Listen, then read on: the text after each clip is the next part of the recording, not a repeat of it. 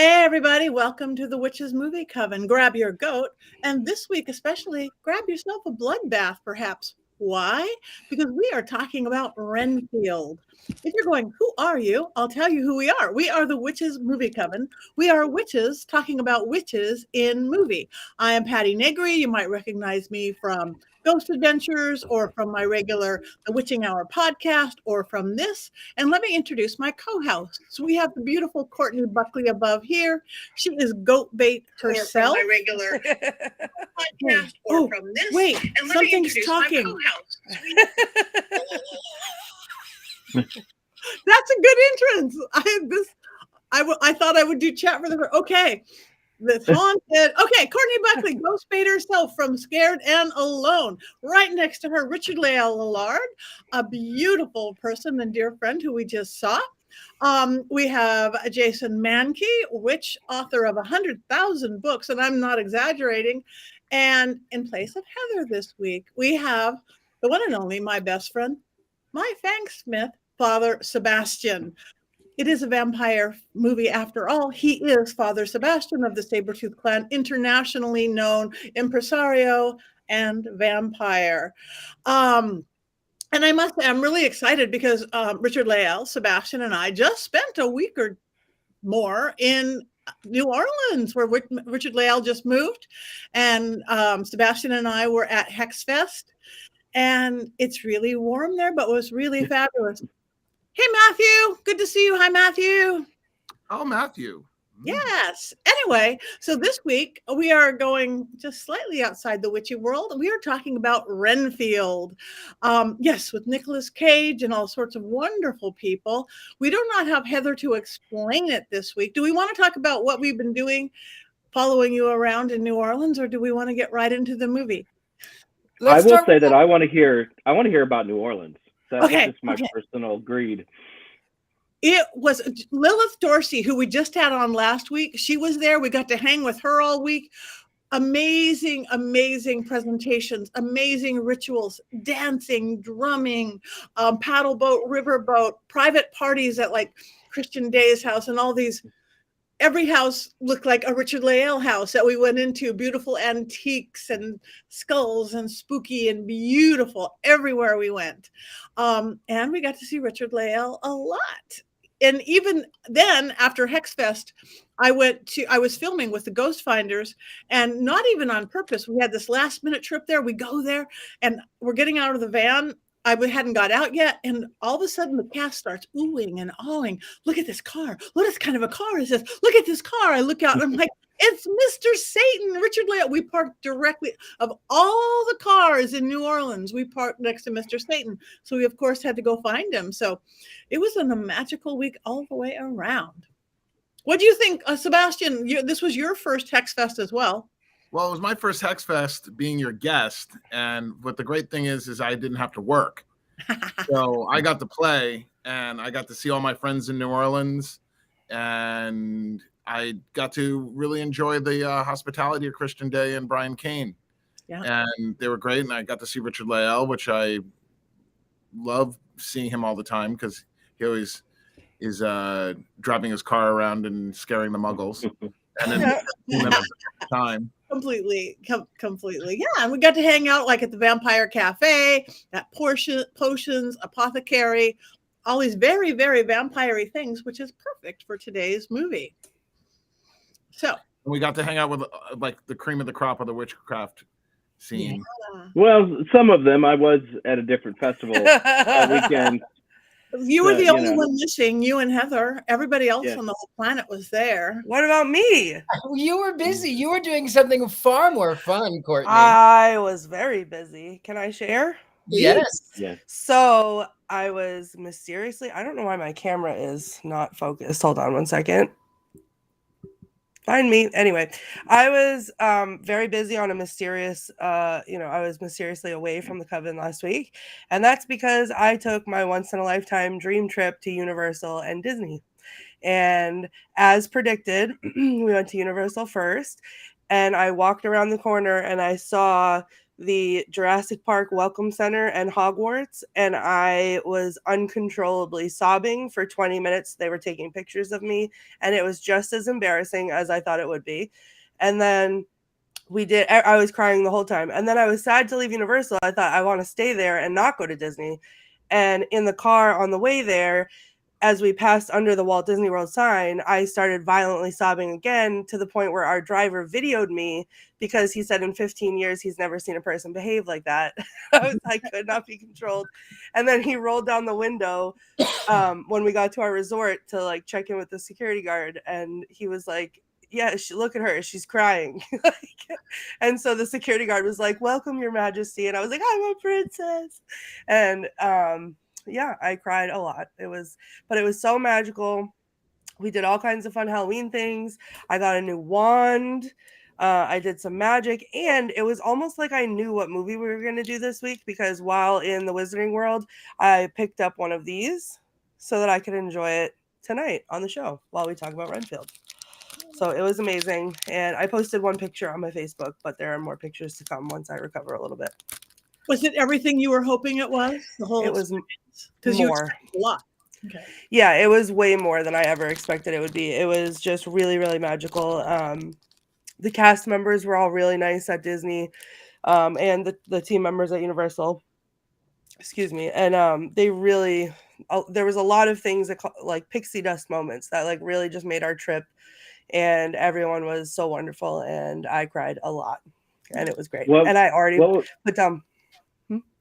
What was your favorite moment? What was your favorite thing? Trying to pull the sword out of the stone for you. Oh. Yelling, Jason, your favorite movie. Never done King Arthur right. Never. There was actually, so my absolute favorite moment was my son. Sometimes, like when he tries to smile for pictures, he makes weird faces. He doesn't always. He used to smile beautifully, and then he thought about it too much, and now he like does this, and it's, you know, we had to talk about it before we left, that like the most important thing to me on this trip was to have just one picture of us with normal smiles in front of the castle or something like that. So we had to practice smiling for pictures, and then there was this photo stop that, before I even knew I was going to Disney, I would cry looking at the pictures because it was so beautiful. And it was by the Tangled area. So all the lanterns were up, and Tangled's my favorite movie. So they have you hold one of the Tangled lanterns, and like it's all glowy on your face, and they have you like smile at the camera or whatever. And I was like obsessed with these before I ever knew I was going to Disney. And everyone told me, don't get your hopes up. The lines are always so long and whatever. We got there, we found it, and there was only 6 people in line. So we got up to the front, or we were in line, and I was crying because I was like, I can't believe this is about to happen.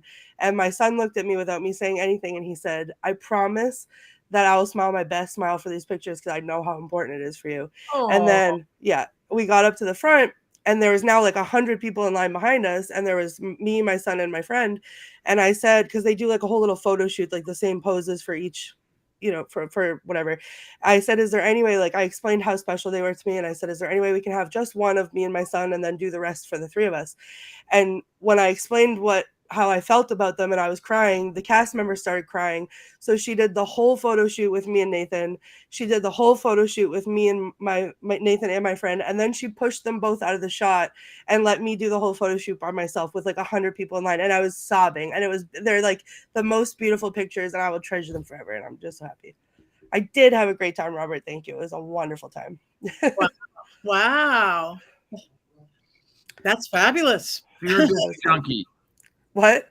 You're a Disney junkie. I am now. I've been back for 36 hours, and I put my deposit down for next year. So it's really a problem. It's okay. Almost everybody I know. Look, Jason, just for you. I'm thankful that you did that for me, and horrified all at the same time. Did you get the sword out? No. But I did yell, Jason, as I was pulling up. That's funny. Everyone in my party knew that was the one picture we had to get it for Jason. People have yelled my name for much worse things. So actually, that's probably one of the better ones. Good. Well, let's save our And brand new fangs. Thank you, Sebastian. Brand new fangs. They're a little longer than my old ones. So if I sound a little lispy, that's a trick of the trade just for a little while. Hi, everybody. Hi, Brandy. So let's talk Renfield. Now, we do not have Heather here to give us her whole lowdown. It is a 2023 movie. Richard-Lael, do you want to do your little intro that you so often and fabulously explain the entire movie? I would be delighted. Okay. So this is a spoiler alert for those who have not seen the film. This is not a 20-year-old film. This is like a 2-month-old film. So if you haven't seen it, you are out of luck. You're going to get some spoilers. If you would like to skip away, you can do that, but then you're going to miss out on all of this fabulous content, so you don't want to do that. Deal with the spoilers. That's what I So the story of Renfield, it is a brilliant retelling of the classic story of Dracula. But of course, it is more from the 1931 version and then sort of the continuation. And you find Dracula and Renfield not in Europe, not in England, but instead in the New World, in New Orleans. And of course, Renfield is going out trying to find people to feed his master, but he can't really come to it anymore. He can't make himself bring people to his master anymore. So he's bringing them rats and dead people and things that are just not really up to a vampire's standards. But it turns out that Renfield has actually gone to, he saw a mark, he saw someone that he was going to murder, and then he followed him into a self-help group. And it turns out that in this self-help group, they're all dealing with people who are narcissists. And so in this, he actually finds true friendship and true power. And of course, Dracula, being the narcissist, is not happy. But in the interim, Renfield actually is. He's very happy, and he ends up in a very colorful New Orleans apartment. And of course, Dracula is in an abandoned hospital. But it turns out for the benefit of Renfield. And that is where I'll leave the story for there. Perfect. I'll even talk first. I absolutely loved it. I got to go to a screening of it at USC Film School with a costume designer friend of both Sebastian's and I. I think you were supposed to go that night. I probably got your ticket. I was at Disney. You were at Disney. Yeah, Without me? I had business to do. Oh. Nikki and I had some activities to attend to. So it was great. I got to see it on a big screen at USC Film School. They had a bunch of the cast and crew there talking, not Nicolas Cage. But I don't think, laughed and cringed so much in one movie. And I love that. It's like the blood, the guts, like a Kill Bill or one of those kind of things. Never more blood, and laughing. And the whole setup of being the 12-step type program with the I am enough. I am this. It could not be more timely. It could not be more funny. And everybody was brilliant. Nicolas Cage, who'd have think he would be such a friggin' brilliant vampire, but he is Dracula. I'm Dracula. It's beautiful. Absolutely. And there's stories about him on set, the passion he has for movies, which we've all heard anyway, the joy he has for movies, even after, 3, 4, 5 hours of makeup, what he brings into the thing, and that 200% commitment that he has, that they all had. It showed to me in every single pore of his body and every single scene and word out of the movie. Yes, Nicolas Cage and New Orleans definitely go hand in hand. Actually, the other day we went by the Madam whatever, that evil woman that Nick Cage bought her house and he didn't like it. It couldn't stay in it. Whoever that real evil woman who tortured slaves. We went by Madame Lulari. Yes, we went by Madame Lulari's house, which Nick Cage had bought, and he couldn't even spend the night in it. So yeah, it was his city. It was great. So personally, one of my favorite to date. And I might add, we did get to go see where his eventual tombstone will be, which is right next to Father Sebastian's. Yes. What? Oh yeah, I'm going to be buried near Nick Cage. Yeah. Yes, we have been to your grave. We have almost danced on your grave. It was pretty awesome. Oh, there's Not that stories any. about my god sister Shannon McCabe dancing on her grave and getting in trouble with the local parish, and she was like, "It's my grave. I can dance on my grave." And so, but it was a hot day, Richard-Lael. It I- was How do you incredibly hot. not die? Well, because I'm undead. Oh, He doesn't perspire. Actually, I'll tell you a funny story about being undead. So I had to get something that was delivered. I had to have some mover for something that it was my mantle. I had to have it brought in. And the fellow says to me, "Well, I think you might be a vampire." And I said, "Well, maybe I am." And he says, "Well, if you were, I might let you bite me." Oh, Was he gonna Scandalous. come online? Mm. Maybe? He was someone here, someone local that I had paid him to help me bring a piece of furniture back over here. And he walked into my vampire lair. It looks like I don't know what. I mean, it's kind of a vampire lair. Speaking of vampire lairs, Father Sebastian, let's talk about your chair. oh yes. So Rob Cohen, our gracious producer, told me that I needed to get a more practical set, unlike they did for Star Wars. And instead of CGI, I decided to get a quest for a chair, and there's no person better than Richard-Lael to go antiquing with. And I was like, I need a chair, and within 5 minutes, I had purchased the chair and was on my way in a tremendous thunderstorm to pick it up. Thank God it fit perfectly in the back of my car. That's amazing. I didn't know that. It's a beautiful chair. Mm-hmm. It's very comfortable. I sit in it all day when I'm in LA, and it's perfectly colored, red and gold. I mean, couldn't ask for a better color combination. It's really hot in here right now, and my air conditioning doesn't seem to be working. But this chair makes my simple outfit right now look much better. So okay, I don't know who wants to go next, but one thing that we do with witchy movies, Sebastian, is we talk about the good and the bad and the ugly, how witches are represented. You are like the expert of all experts on vampires your entire life. What do you think about how this particular movie or Dracula was represented? Good, bad, or vampires? Fun? I mean, we still love movies where they represent us bad, or we hate movies where they represent us good. Has nothing to do with that. The Witch from the Sea. That's all I'll say. Courtney's favorite film. Would you like my honest opinion? Yes. It was a masterpiece. Nick Cage, in his sarcastic humor, just did a brilliant job. And there was people that didn't like it, didn't vibe with it, and each person to their own. But I'm going to tell you, I went to see it at the Chinese Theater on Hollywood Boulevard because I was in Disney when Patti was going with my friend Laura, and I will tell you, I was laughing the entire movie, and it reminded me a little bit of a New Orleans version of Fight Club. Because people don't understand that Fight Club's a vampire movie. That's a hot take. Oh, it's completely it's a psychic vampire movie. That makes sense. Yeah. Sounds like a new shirt. Oh. Yeah. Watch your quotes because it'll end up on Courtney's chest. Yeah.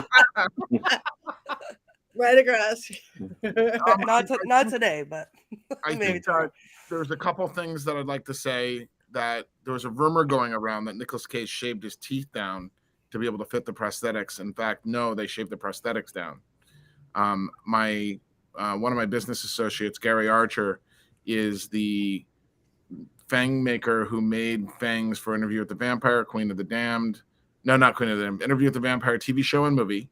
He made fangs for Blade and also Austin Powers. And he in his grumpy elderly way went, I can't believe that they're spreading rumors about Nicolas Cage shaving his teeth down. And he talked to the dental tech that did the fangs, because there's only 3 dental techs in Hollywood that make teeth. and there's one in England, one in LA, him, and one in somewhere in the South.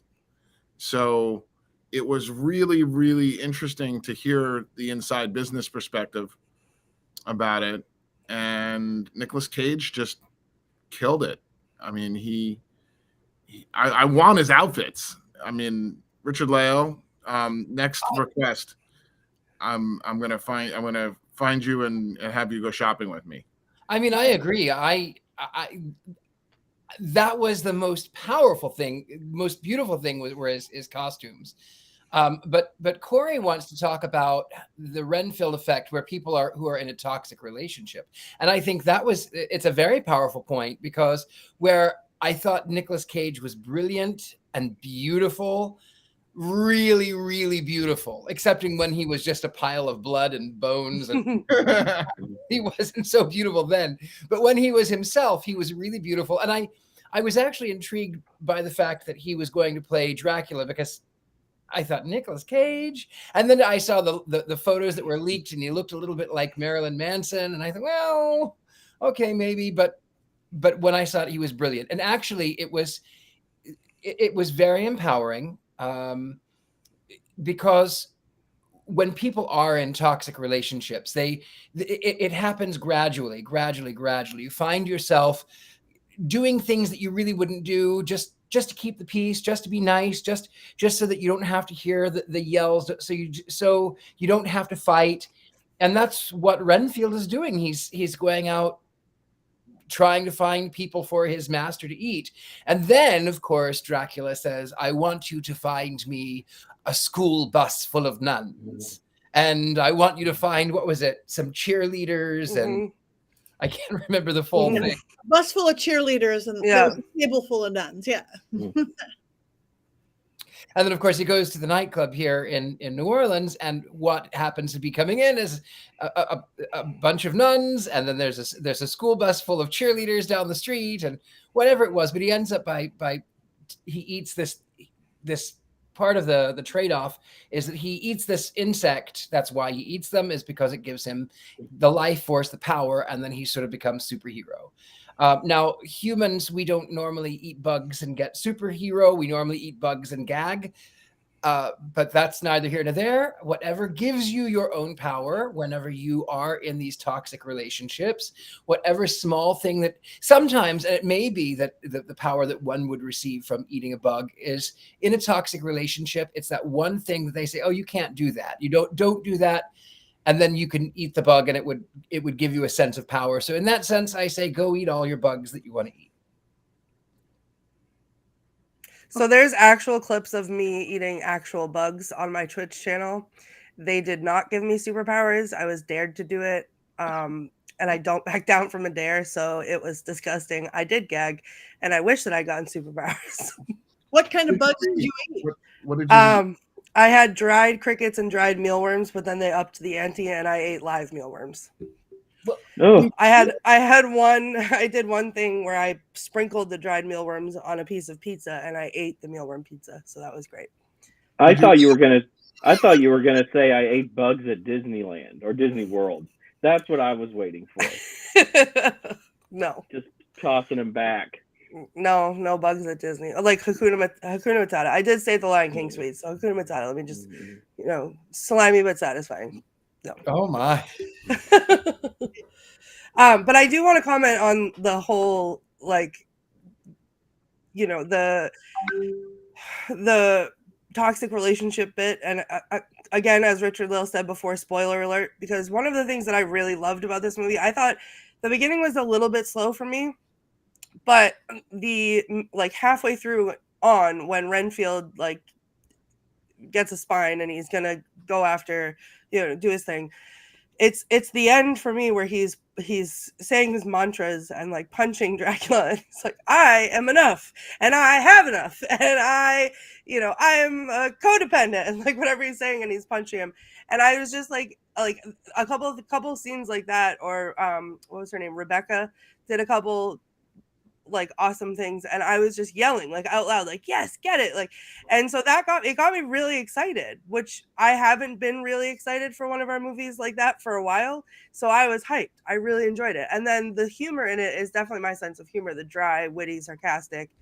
Even like when Nick Cage was like gross Dracula, like growing into his skin, he was still very like dry and sarcastic and funny. So I really enjoyed it. I had a good time watching it. I would definitely watch it again. And I have some quotes for later that I'm gonna peek a little quote there before you do. One of my favorites was Renfield has gone to his meeting, and the team lead, there's someone at the door, and of course it's Dracula, and he says, "Do come in," and he goes, "No." How do vampires come on Witches Movie Coven? You invite them. Yep. Yeah. The welcome mat. It was the welcome mat for me. Yeah. You've been invited. Please come in. It's funny. Our Heather our beautiful Heather Greene is not here because she actually had a family commitment, but she also said this was too violent for her, which sort of cracks me up because she likes all these other goofy, violent movies that are kind of too much for me. But even though this was like ridiculously violent, because it was ridiculously violent, it went to cartoon stance that nobody has that many buckets of blood in one exploding head. It worked for me. So we love you. We miss you, Heather.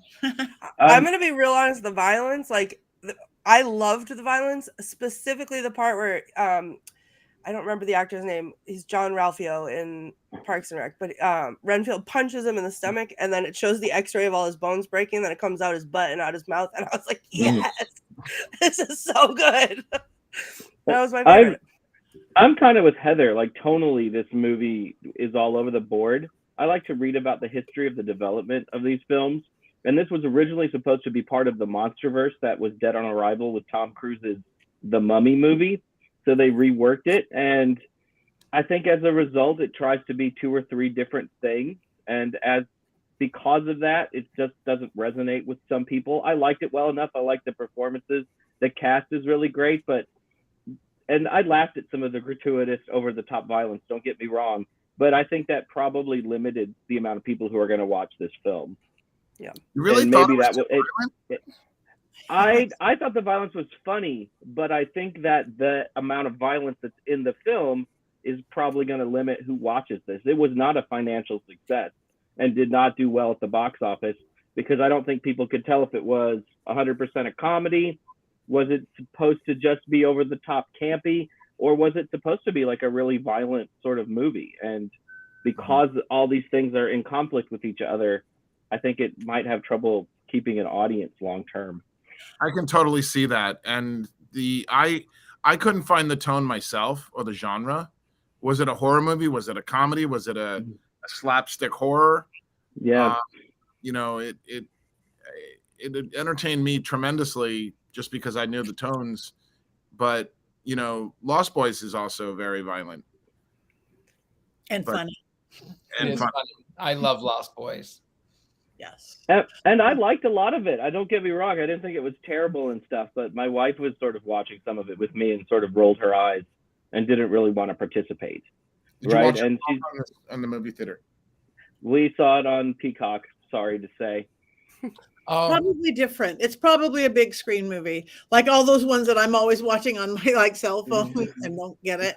This is what's fun? A screen movie. What's funny is I had that exact same conversation while I was watching it because I, as we've talked about before, always appreciate the cinematic adventure of a movie. And there are definitely movies that we've watched where I've said I might have appreciated it differently if I'd seen it on the big screen. This one, I feel like I would have enjoyed either way. I think that for me, the violence was just stupid enough and excessive enough and I'm not a fan of excessive gore for gore's sake, but this seemed to fit the trope for me, so I didn't mind it so much. But I'm a huge fan of the stupid, silly horror, so I don't know, for me it didn't miss the mark for me. But it's funny that you mentioned that because I had that exact same conversation where I feel like I don't think for me it would have made a difference to see it on the big screen or at home. And I would definitely watch it again at home. The characters were so fun, where it could have been the cartoon or the horror. All the characters, like the whiny the son of the big mob boss lady, and the strength of the mob boss lady, and it had layers for a big, funny, comedic horror film, Dracula, to me. It's funny too, because this is not the only vampire movie I've watched in the last week or so. I also saw the Last Voyage of the Demeter. Oh yes, Oh. the other night with Lo. So I thought, like, in comparison, I liked this one a lot more because this was more my style. The other one was a little bit slow, and then the end was really good for me. But like, two very, very different things. So I had a lot of fun watching this one, whereas the other one was more serious. So I think maybe having seen the other one in such close proximity too made me enjoy this just that much more. So who hasn't talked at all yet? Richard-Lael? I've already talked a little, but I'll talk again because you know I love to talk. I was going to say I really love. It's my new home, and when I saw it, I was in New York, and I don't think that I had even planned to come to New Orleans yet. But after moving here, I went, oh, that's St. Louis Church. Oh, that's where that is. Oh, so it was kind of interesting in hindsight to see. And then, of course, in the French Quarter, they were talking about it. They said, well, yeah, they were filming here, and a lot of people were really excited. You know, a lot of people were in it. Well, I don't know any of them yet, but I thought it was kind of nice. It was kind of neat to see the setting, and what a perfect place to put vampires, because you've got Anne Rice, you've got Interview the Vampire, and then now Dracula. Of course, Dracula would come to New Orleans. Of course he would. There was also a couple other movies that were set in New Orleans. The Originals was a TV show set in New Orleans, and then Dracula 2000 was set in New Orleans, and those were really shitty shows. But compared to Lost Boys, everything sucks.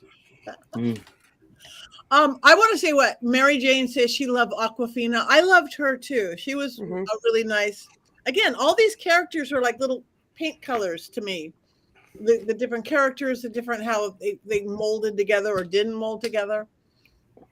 I was really surprised when Awkwafina showed up because the cast is like really good. These are all actors that I know. I mean, Courtney already mentioned that Ben Schwartz is in it, who's John Ralphio from Parks and Rec. You know, he shows up completely different than his Parks and Rec character. That sort of blew my mind. And I thought Awkwafina was too big a star to be sort of third build in this movie. And I like Nicholas Hoult in pretty much everything that he does. So the cast is really good. But again, it's that weird thing too, where some of these people you're used to just seeing in really comedic roles, like Schwartz and Awkwafina, and then you sort of have this over-the-top kind of violence on top of it. And some really genuinely, I thought, kind of scary moments in the movie too. You know what was the scariest moment for me, though? The scariest moment for me was when all of his friends get murdered by Dracula. And that's not scary. What was scariest for me is, why are they brought back? They were all ripped to shreds. How are they brought back? Were they all just put in a freezer? And then now they've drank Dracula blood. So are they all vampires? Because that's how you make a vampire, according to the lore. So are they all now undead vampires? Program. They saw things that they could not unsee and learned things that they could not unlearn. So maybe. I just didn't think about it because I wanted a happy ending, and I felt so bad for all those people because you knew Dracula was showing up and what was going to happen. And I was like, and that was, I think I yelled no at the screen, which I tend to do only while watching Curb Your Enthusiasm. So, you know, I wanted the happy ending. I kind of didn't want the happy ending because I that was the one thing that really took me out of the film, because yes, gratuitous violence. Yes, there's a lot of things happen. People we love pass away. I lost my mother recently. People that we love die. That's just a fact. And I felt like that and they all lived happily ever after was very Disney, Courtney Buckley.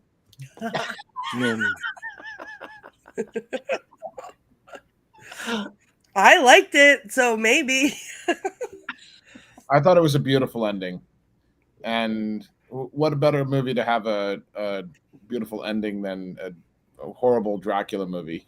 It contradicted the entire film. I think it needed that though, because it would have been so like just I would have felt desperate at the end and so unfulfilled watching it as a consumer. I would not have wanted to rewatch it. I would not have recommended people go see it. I would not have anything. So just from like a box office standpoint, I feel like they couldn't have done anything differently. I bet you this film where hangs on well, like it'll get more popular as time goes. Maybe I don't know that. I guess it wasn't a box office big success, but I think it's one of those that actually is going to be appreciated down the line. I agree. It was beautiful. That is what I will say. Is that not only the costuming but acting was brilliant. The colors that they used, the lenses, the angles. It was really beautiful. I think it's going to become a cult classic. Yeah, for sure. Is it? I don't know, because I'm not sure that cult classic movies work like they used to, because now we control what we see, right? It used to be you just stumbled across something on cable at 11 p.m., right? Or late night or even later than that. And now you just sort of have to choose things on your 8 streaming services. I don't know if we'll get cult movies like we used to. I think that's going to be one of the downsides. Tonight on the Witches Movie Coven, we discuss technology and how it affects moviegoer habits. I don't know. I think it's still the ones people choose to stream and choose to watch, even if you don't have to catch it at the 11 p.m. movie. Things are done different, but I think it's going to hold up. I feel like it'll be something where like maybe people didn't go see it in the movie because, I'll wait for it to come to streaming. But then it came to streaming and now they're like, oh, well, I'll give it a shot. I'll watch it. And then it becomes the movie that they seek out to watch every once in a while. Right. I know a lot of people are introduced to it by watching it on streaming. Yeah. Right. Being on Peacock probably doesn't help a whole lot. You know, when it shows up on Netflix, maybe it'll find a second or a third life. Right. I love Peacock. Peacock has Parks and Rec and The Office. I love Peacock. It's NBC. I think what we're losing with streaming is that we won't have the cult movies like the midnight showings of like Rocky Horror Picture Rocky Show. Horror. So I would go see this as a midnight screening of Renfield. I don't know. That's the room. That would be fun. You know, at the end of every endless night, we have the time warp. Yes, we do. And it's really funny to see the young kids get up there and see the kind of relate to the cult classic film. I'm 48, and that movie came out in 75, so I relate to it as anybody else. But to see like 21 and 25-year-olds getting up there dancing to that movie, you know, musicals have that thing that can touch you. I love being touched. Oh my God. Speaking of young people, I know a million movies that were made long before I was born. I know movies from the 40s and 30s and 20s. I did a show yesterday with they look 12, but they just turned 20-year-old. I watched the version they did before me, and they were talking about this guy named Ozzy Osbourne, who they had no idea who he was. Oh. They said, yeah, a kid, and they were talking about weird kids in school. And yeah, there was some kid, he was obsessed by some magician guy or something. I don't know who he is, named Ozzy Osbourne. And the kid ate a head off a bat. I'm like, how could you not know who Ozzy Osbourne? I don't get that, because I know lots of people who died before I was born, and Ozzy Osbourne's still alive, and he's still, I don't know. That makes me feel old. Are parents not raising their children properly on Black Sabbath? I mean, that's like a what has like happened? a must. I was so nervous showing up with these children, but they actually did really good, because it's like, oh. I'm raising my kid on Backstreet Boys. Does that count? NSYNC? No, not at all. Sorry. Well, then I'm part of the problem, obviously. One of my friends is raising their kids on the TV show In Living Color. That's a good parenting right there. Yeah. And not very witchy, but definitely funny. I mean, that show would get canceled today. Okay, Matthew says he's 25 and he knows Ozzy. Okay, thank you, Matthew. Education in America. That is that really threw me. I was so nervous showing up at their studio going, what are we going to talk about if they don't know who Ozzy Osbourne is? Well, and that goes to a point too. I wonder how many people realized that there was a 1932 film with Bela Lugosi. I wonder if they knew, or if they just thought, oh, Halloween and vampires, and they kind of, I don't think, have they ever seen that version? They probably have not. Have they ever seen even the Bram Stoker's Dracula Coppola version? Probably not. Yeah. So they know the Halloween version of Dracula because they just know the Halloween version of Dracula. But Yeah, see, I would. weird. In the day of streaming, you can watch whatever you want when you want. Do they just don't know about it? Do they I think it's just because they have too many choices. The problem is, if you go to a restaurant, and this is, I don't like to go to restaurants because I have a lot of allergies, but when you go to a restaurant and you sit down, and instead of having 5 things, this is what you have for lunch, this is the options that you have, this is what we have for dessert. But if you go there and there's 1,000 things, it's so much that it's hard for you to focus on one. Which one do I want? Because they're all, I don't know. You get overwhelmed. It's information overload. Yeah, that's literally me every night trying to decide what to put on to go to sleep. So that's me trying to, on the rare occasion I actually get to watch television, how to watch television, what channel to watch, and how I could even find the show, because I don't, I'm really bad. So. I think that people know the image of Bela Lugosi as Dracula, but I'm with Richard-Lael. I don't think that most people have ever really watched the movie. I don't think it's something that comes up when you look through streaming services or whatever. It used to be maybe on Turner Classic Movies, if you had cable during Halloween, you might stumble across Dracula. And the movie itself has issues. The Spanish version is actually better. The Spanish version is way better. Yeah. In Spanish?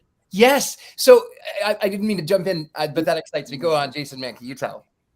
Oh, so at night, after they were done filming the Bela Lugosi version, the Spanish crew would come in and they would film the Spanish version of Dracula. They used the same set, but it was all in Spanish, so they could release it in Spanish-speaking territories.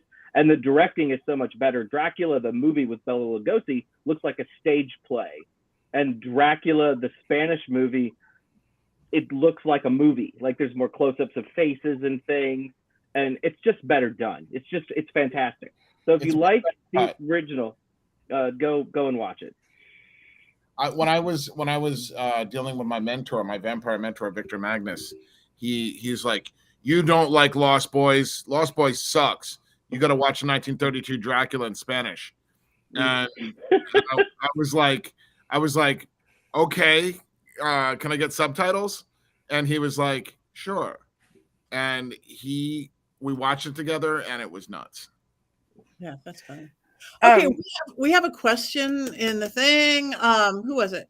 Tabitha wants to know, who is your favorite vampire of all time?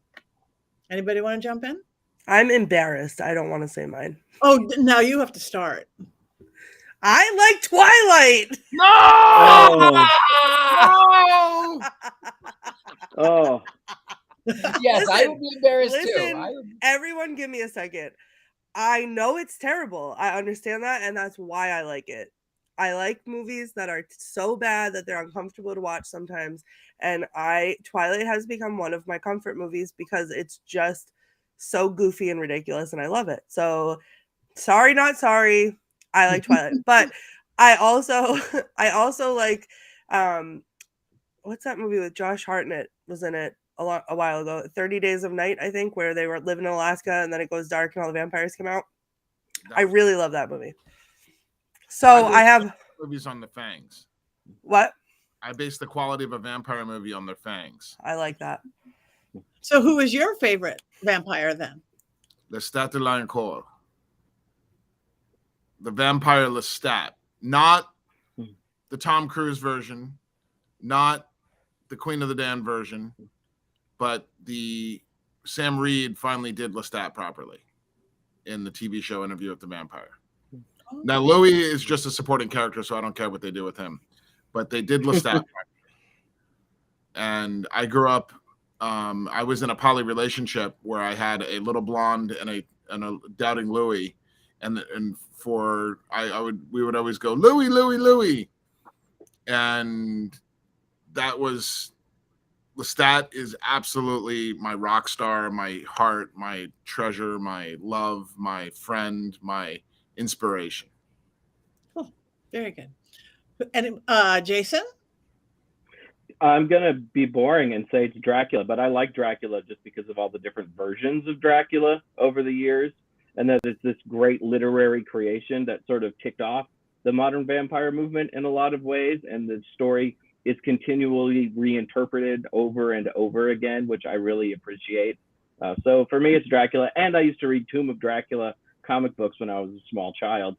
So there's all these connections to Dracula. Which is your favorite Dracula? Ooh, maybe Gary Oldman. Yes, he's good. Is good. All right, Richard-Lael. My favorite vampire is an alleged vampire, the Comte de Saint-Germain.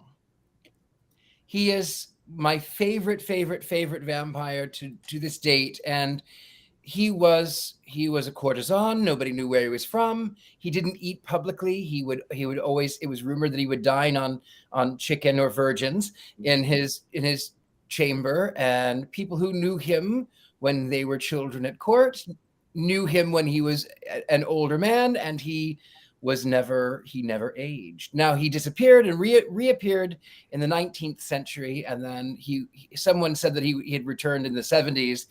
I don't think that was the same person, however.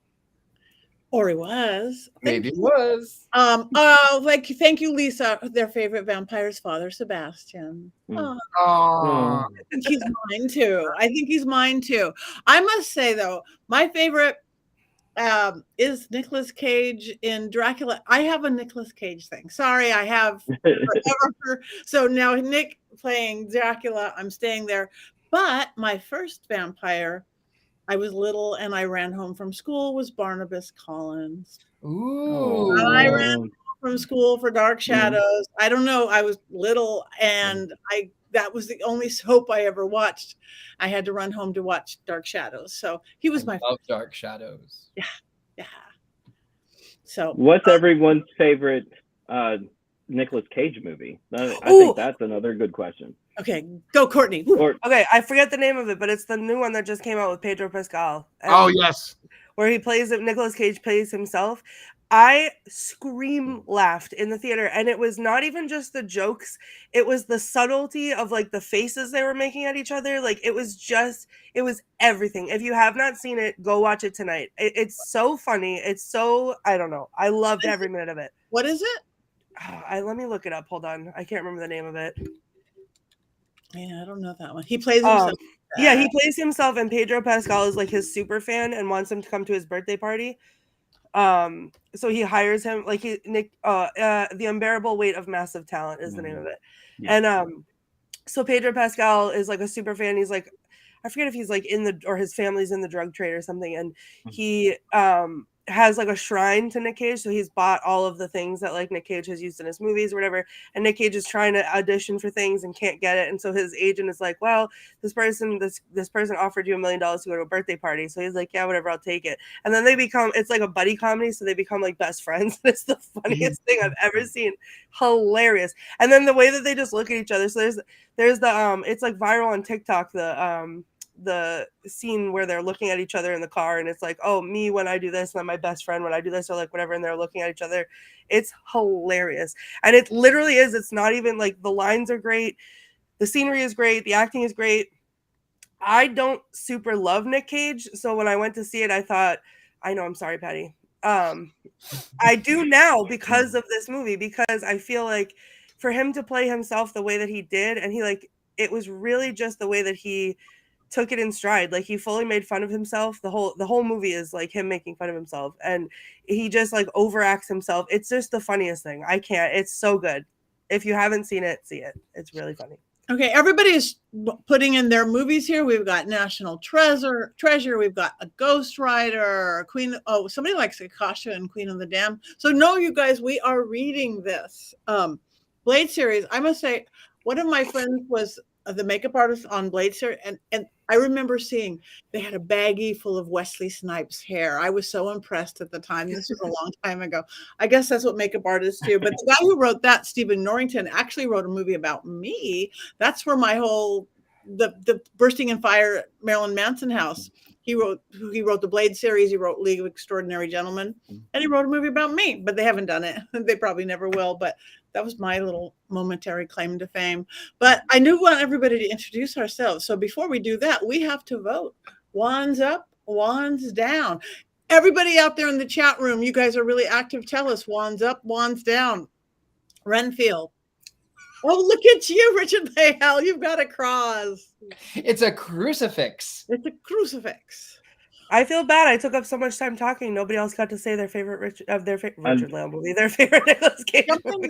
Favorite movies? I'm sticking with this one because it's the newest. And I have no memory. Doing the show in my bedroom, I have the TV remote for a long time. I left my wand in the other room. So yeah, that's a perfect one. This may be one of our few. We don't often agree on everything. In the audience, I see up, up, up, up. We've got a lot of wands up. Wands definitely up. So someone who practices voodoo would have a field day with a bag of someone's hair. I thought about that at the time too, being a practicing witch way back then. I thought about that too, Wesley Snipes hair, what you could do.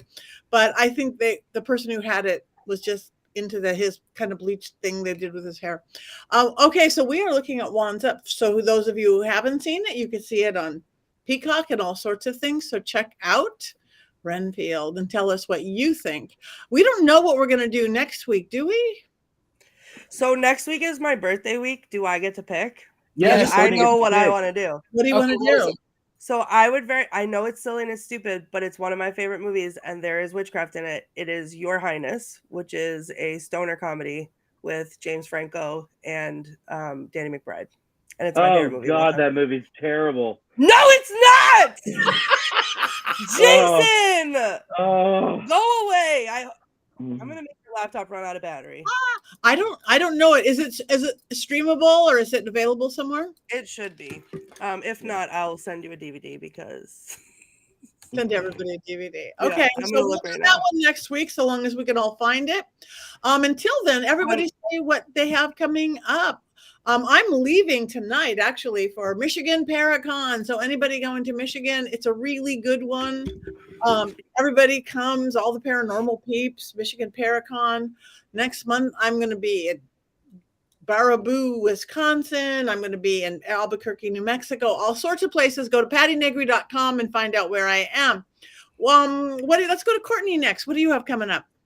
Not a lot. Sadly, I'm not going to Michigan Paracon this year because my son's starting a new school and I'm starting a new job. So I have a lot of stuff to take care of. But in a little while, I will be streaming on Twitch in about 30 minutes. We got a new update, which totally revamped our favorite ghost hunting game. So we're going to go get the pants scared off of us, and you can watch along at twitch.tv/thethemes. Other than that, just sleeping forever, decompressing off of my trip. Also, I am a big fan of NSYNC. Like I said earlier tonight, Joey Fatone was performing at Epcot while we were there, and Lance Bass made a special appearance. And I've waited 23 years for this to happen. We were front row, and Lance Bass touched my hand. So I immediately wiped snots on it from all the sobbing that I was doing after it happened, but it happened. So. Oh no, he got Joey Fatone. All right, Richard-Lael. I will be in Atlanta coming up in a week on the 2nd of September for the Debauchery Burlesque Ball Atlanta. We had to change the name, but it is Debauchery Burlesque Ball Atlanta coming up on the 2nd, where it'll be a lot of fun. And then I'll be in Ohio for a few days in October. And then I will be here. And you can find me wherever good gentleman psychics are sold, thegentlemanpsychic.com, and also, Instagram, Facebook, YouTube, all of the other stuff. All keys of social. Yes. Everybody follow us, like us, tell us what you want to see. Jason.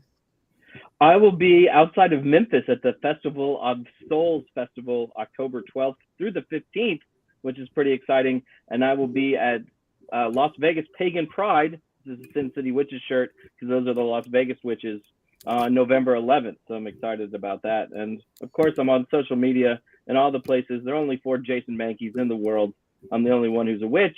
And of course, I'm on Amazon because I've only written 9 books, Patty. Only 9 books. They're good ones, so they count for double. Thank you. I just got your new one. So, all right, so let's go to our special guest, my dearest friend, Father Sebastian. Why don't you tell everybody a little bit who you are, what you do, and where they can see you next, and what you have going on? Well, I'm a fang smith, which means I make custom-made fangs. I'm a dental technician. Patty's my most recent victim again. And I run the Endless Night Vampire Ball, and we'll be in Salem on October 9th with Fangs, Ben and Lex and Ben. September 9th. And we're going to be doing the Endless Night Vampire Ball Salem. And then we are going to do Halloween weekend. The weekend before Halloween, I'll be in Homa at my friend Marva's house, going to the Rougarou Werewolf Festival, Swamp Wolves.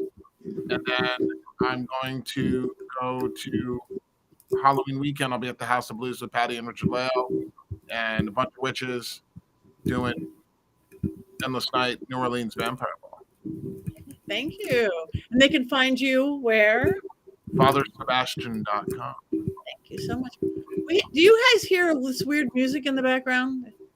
Is that just it's got a funky beat, but I like it. Beat, but I like it. I don't know what like steel drums somewhere in the background. Yeah, that's what it sounds like. So I don't know where it's before. Maybe it's Dracula coming to get us, or Nicolas Cage coming to get us. Okay, it could be. Come on down. I wish it was Gary Oldman coming to get me. He was really good. Pam can hear it too, so everybody can hear it. Hi, Pam. Hi, everybody. All right. So, yes, come see us everywhere. Like us, follow us on social media, on our YouTube page, our Witches Movie Coven page, on Facebook. Tell us what you want to see. Tell us your opinions on everything. And make sure you go to mysterycontrol.com. Yeah, because mysterycontrol.com, you could have all those cool shirts with our quotes on it. You could have Witches Movie Coven shirts. You could have my Patti spellcasting line. You could have Patti's power panties because change your underwear, change your life. You could have a Richard-Lael pillow. You can have, look at her new. Those are dragon panties. Beautiful. She's great. My Richard-Lael pillow. So, And we're working on teacups too. So some of my art will have some of my art will have teacups. Yeah, that pillow would look nice on your chair, Sebastian. You're putting me in a weird position. Mysterycontrol.com for all your Richard-Lael needs. Yeah, we are. Yeah. You will find us all there on mysterycontrol.com. And because who doesn't need t-shirts, underwears, and pillows to put upon your body? Oh, now look, Richard-Lael. Our panties are on Richard-Lael. Well, I will tell you that those pants that I was wearing were so tight you could see my religion. So maybe it's a good thing that I'm wearing the power panties. Cover that up. Oh my God. All right. Well, we are there to the end of the day, but there is one more thing that we always have to do, whether you have your goat with you or not, because what do witches do? We cackle. We cackle. 1, 2, 3. Here we go.